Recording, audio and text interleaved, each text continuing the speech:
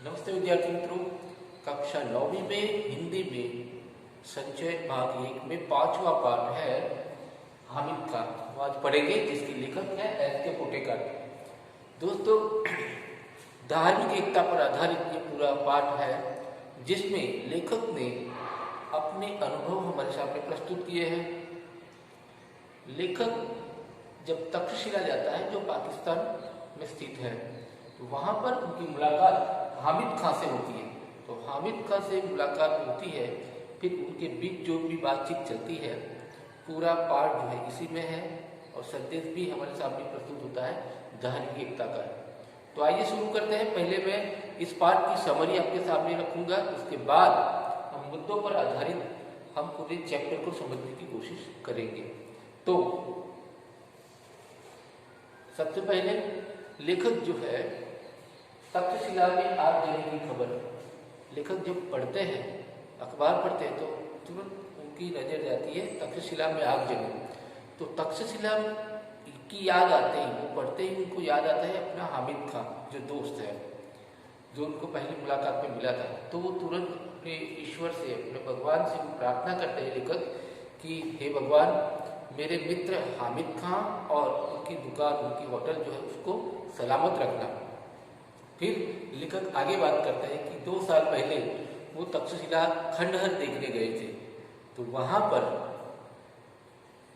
उनको ये खंडहर देखते देखते काफ़ी भूख लगी होती है, थकान, ये सब में, ऐसे में अब उनको भूख लगी थी, प्यास लगी थी, जाए तो जाए कहाँ। तो पौने मील दूर चल करके वो आगे जाते हैं। तो वहाँ पर एक बस्ती मिलती है, जहाँ हाथ की रेखाएं जो होती है इस तरह की काफ़ी उलझी हुई सड़कें वहाँ पर थी। तो वहाँ जाते हैं और जाते जाते रास्ते में देखते हैं कि एक होटल की मतलब वो नज़र आती है और रोटी की खुशबू आती है। तो भूख लगी है तो रोटी की खुशबू तो तुरंत पहले लग जाएगी। तो उनको रोटी की खुशबू आती है और जाते हैं वो होटल की ओर। और वहाँ जाकर देखते हैं तो एक पठान जो है वो रोटियाँ सेक रहा होता है। लेखक जाकर कहता है कि क्या मुझे खाना मिलेगा? बोले हाँ, रोटी और सालन है, सालन जो कि हम सब्जी को कहते हैं, आइए बैठिए। इस पर फिर बात होती है कि आप कहाँ से हो, ये सब। तो लेखक कहते हैं कि वो मालाबार से, यानी हिंदुस्तान में है। तो हामिद का चौंक जाता है, हामिद का चौंक जाता है कि आप हिंदुस्तान से यहाँ मुसलमानी होटल में। तो फिर उनका परिचय इस तरह से होता है। और फिर लेखक जो है वो बात करते हैं कि भारत में हिंदू मुसलमान एकता की बात करते हैं कि हमारे यहाँ हिंदू मुसलमान ऐसा कोई फर्क होता नहीं है। अक्सर अच्छा पुलाव खाना है, अच्छी चाय पीनी है, तो हिंदू लोग भी मुसलमान के वहाँ जाते हैं। तो इस तरह से धार्मिक एकता का माहौल हिंदुस्तान में है। तो हामिद खां को जो है लेखक की इस बातों पर विश्वास होता नहीं है।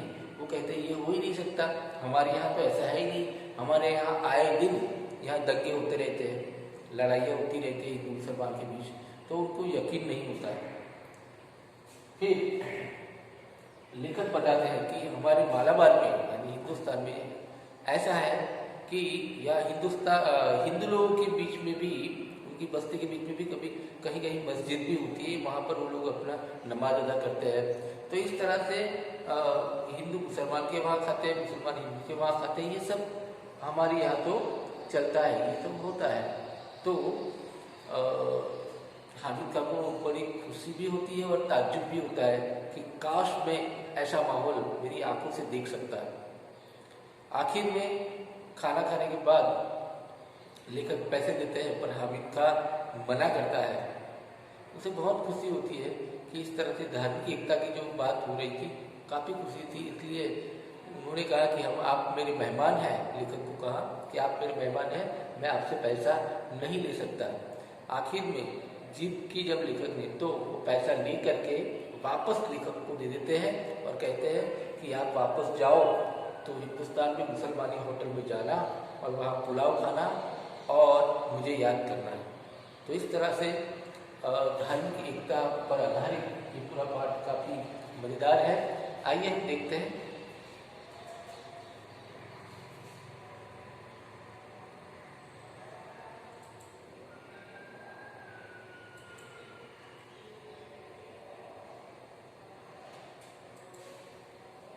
तक्षशिला की बात है। तक्षशिला की याद आती है, वो अखबार पढ़ते हैं लेखक तक।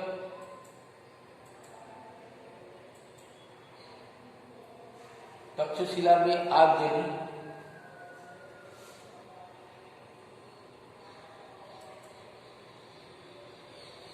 अब लेखक कहते हैं कि अभी 2 साल ही तो बीते हैं जब मैं तक्षशिला के पौराणिक खंडहर देखने गया था। एक और कड़कड़ाती धूप, दूसरी ओर भूख और प्यास के मारे बुरा हाल हो रहा था। रेलवे स्टेशन से करीब 5 मील दूरी पर बसे एक गांव की ओर निकल पड़े।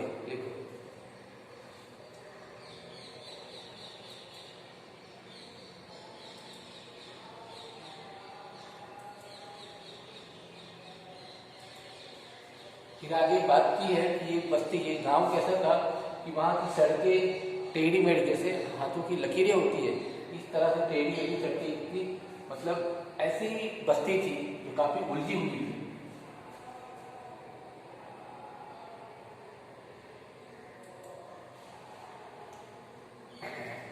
लेकिन जाते हैं किसी होटल में तो वहां पर एक जो आदमी है, मुसलमान व्यक्ति, वो रोटियां सेक रहा होता है।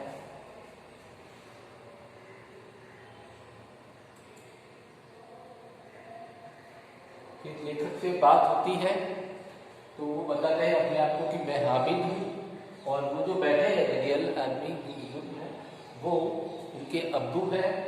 और फिर उनकी बातचीत होती है, परिचय होता है।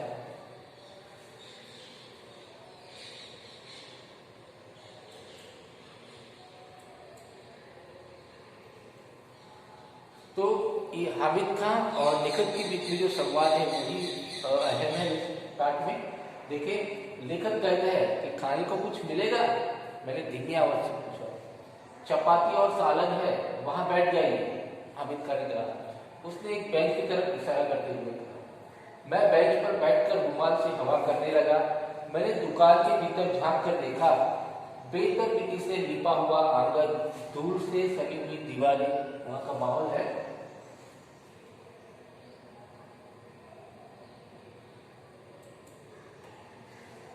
अच्छा, अब भाई हामिद का कहते हैं, भाईजान आप कहाँ के रहने वाले हैं?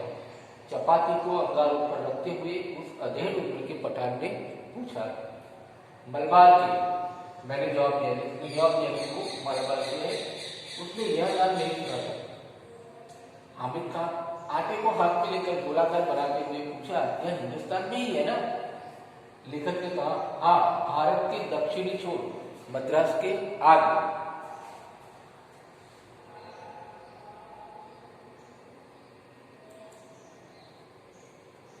फिर हामिद खान ने सवाल पूछा, क्या आप हिंदू हैं? हाँ, लेखक भी कहते हैं कि हाँ, एक हिंदू घर में जन्म लिया है तो हिंदू है। उसने एक फीकी मुस्कुराहट के साथ फिर पूछा, आप मुसलमानी होटल में खाना खाएंगे?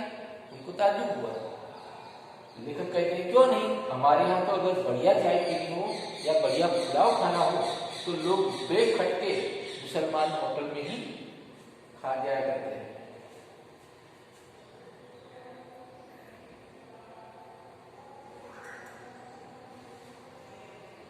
हामिद खान को विश्वास नहीं हो रहा है तो वह मेरी बात पर विश्वास नहीं कर पाया। मैंने उसे गर्व के साथ बताया कि हमारे यहाँ हिंदू मुसलमान में कोई फर्क नहीं है, सब मिलजुल कर रहते हैं। भारत में मुसलमानों ने जिस पहले मस्जिद का निर्माण किया था वह हमारे ही राज्य के एक स्थान कोडूंगल्लुर में है। हमारे यहाँ हिंदू मुसलमानों के बीच दंगे नहीं के बराबर है। तो ये बात लेकर पूरे गर्व के साथ बताते हैं। उसने मेरी बात को बहुत ही ध्यानपूर्वक सुनकर कहा, काश मैं आपके मुल्क में आकर यह सब अपनी आंखों से देख पाता। ये अफसोस है उनको कि क्या ऐसा भी माहौल होता है कि जहाँ साथ तो रहते हैं तो अपनी जो इच्छा है, अपनी जो ख्वाहिश है वह उसके लेखक के सामने रखते हैं और कहते हैं कि काश मैं ऐसा अपनी आंखों से देख पाता। लेखक कहते हैं, क्या आपको मेरी बात पर विश्वास नहीं होता? मैंने पूछा।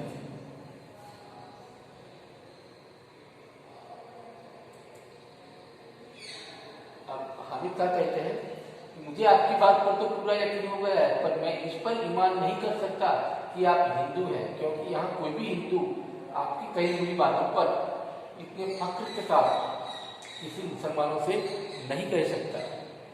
उसकी नज़र में हम आतताइयों की औलाद है, आतताइयों की आतंकवादियों की औलाद है। हमें इस हालत में अपनी आन के लिए, अपनी इज्जत के लिए लड़ना पड़ता है। यही हमारी नियति है। उसकी आवाज़ में सच्चाई कूट कूट कर भरी हुई थी। उसको यही लग रहा है कि हिंदू लोग हमको आतंकवादी ही समझते हैं और इस पर हमें अपना जमीन, अपनी इज्जत बचाने के लिए लड़ना पड़ता है और कोई हमारे पास रास्ता नहीं है। तो उसके लिए हमें की बातों में क्या है, सच्चाई झलक रही है।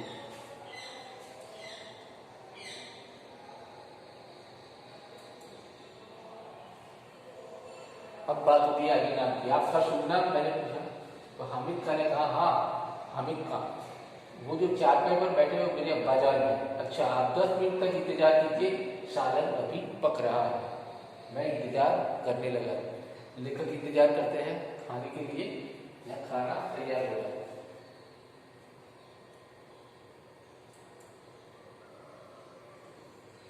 अब हामिद का अपने दिल की जो भड़ास है वो निकालते हैं। कहते हैं भाईजान, जालिमों की इस दुनिया में शैतान भी लुक छुप कर चलता है। मतलब इस तरह के जालिम लोग हैं, शैतान को भी छुप कर चलना पड़ता है। किसी पर घोंस जमा कर या मजबूर करके हम प्यार को नहीं ले सकते। हम जबरदस्ती किसी को ऐसा डरा धमका करके इससे प्यार नहीं पा सकते। आप ईमान से मोहब्बत के नाते मेरे होटल में खाना खाने आए हैं, ऐसी ईमानदारी और मोहब्बत का असर मेरे दिल में क्यों न पड़े।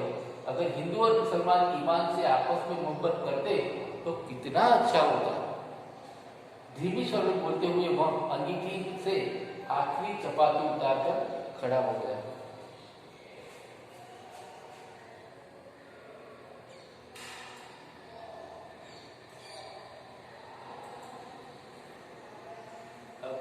खाना खाने के बाद लेखक ने कहा कितने पैसे हुए। जेब में हाथ डालते हुए मैंने हामिद खान से पूछा। मुस्कुराते हुए हामिद खान ने हाथ पकड़ लिया और बोला भाईजान माफ कीजिएगा, पैसा नहीं लूंगा, आप मेरे मेहमान हैं। तो यहाँ पर हम देखें कि कितनी धार्मिक एकता की बात है, कितना साफ रहने वाला है हामिद खान, जिसे कोई ऐतराज नहीं है कि वो हिंदू है, कहाँ से है, उसे पहचान नहीं है, लेकिन फिर भी वो उसे अपना दोस्त मानता है और उसके साथ इतनी नरमी से पेश आता है कि उसे बढ़िया सालन और चपाती खिलाता है। आगे देखिए।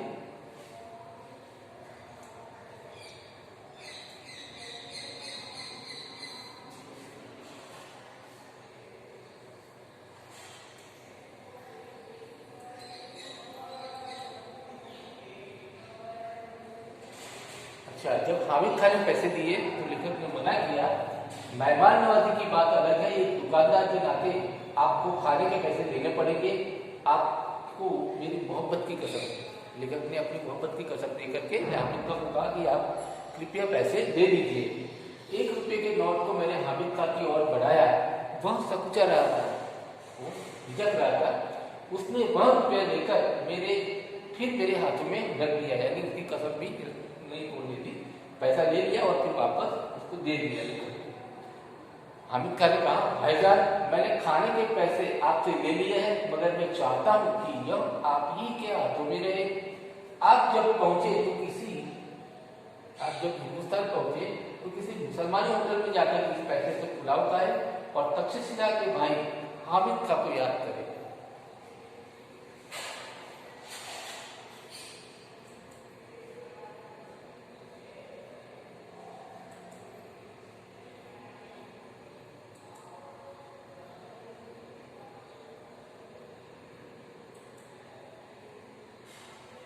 तो ये तक्षशिला का खंड है। तो इस तरह से लेखक की मुलाकात हामिद खान से हुई और हमने देखा कि दोनों में धार्मिक एकता का भाव है। दोनों ही यही चाहते हैं कि हिंदू मुसलमान आपस में मिलकर रहे तो कितना अच्छा हो, चाहे वो हिंदुस्तान हो, पाकिस्तान हो या दुनिया का कोई भी कोना हो। तो यहाँ साफ दिल वाले दोनों दोस्तों की बात हुई। इसके पोटे का जो लेखक है और हामिद खान। तो ऐसे साफ दिल वाले, ऐसे नर्म दिल वाले ये दोनों मित्रों के जरिए हमारे सामने ये धार्मिक एकता की बात आई है। तो दोस्तों, इस पाठ में हमने ये धार्मिक एकता की बात की है। इन मुख्य बिंदुओं के आधार पर हमने बात की, जिसमें तक्षशिला में अंजलि की खबर आती है तो लेखक को याद आती है हामिद खां की। फिर वो लेखक बताते हैं किस तरह से हामिद खां से परिचय हुआ कि वो भूखे थके प्यासे होते हैं और फिर वहाँ होटल में जाते हैं तो वहाँ हामिद खां से मुलाकात होती है। फिर उनकी बातचीत में होती है जब लेखक कहते हैं कि हम वो हिंदुस्तान में है और मालाबार में रहने वाले हैं और वहाँ पर हिंदू मुसलमान एकता किस तरह से मिलजुल कर रहे थे, वो बात हुई। उसके बाद हामिद खां जो यकीन नहीं होता उसे और फिर विश्वास नहीं होता इस तरह से कि क्या इस तरह से मिलजुल कर के भी हिंदू मुसलमान रह सकते हैं, पाकिस्तान में तो ऐसा नहीं है। फिर बाद में मालाबार में जो धार्मिक एकता की जो माहौल है वो सब लेखक बताते हैं। आखिर में लेखक जब पैसा देते हैं खाने के तो हामिद खां मना करते हैं, पैसे लेकर के वापस दे देते हैं और कहते हैं कि आप भारत में जाना वापस तो मुसलमानी होटल में खाना और अपने दोस्त हामिद खां को याद करना।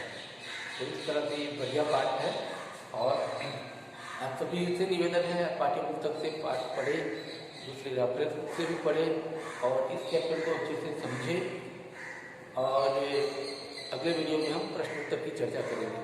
धन्यवाद।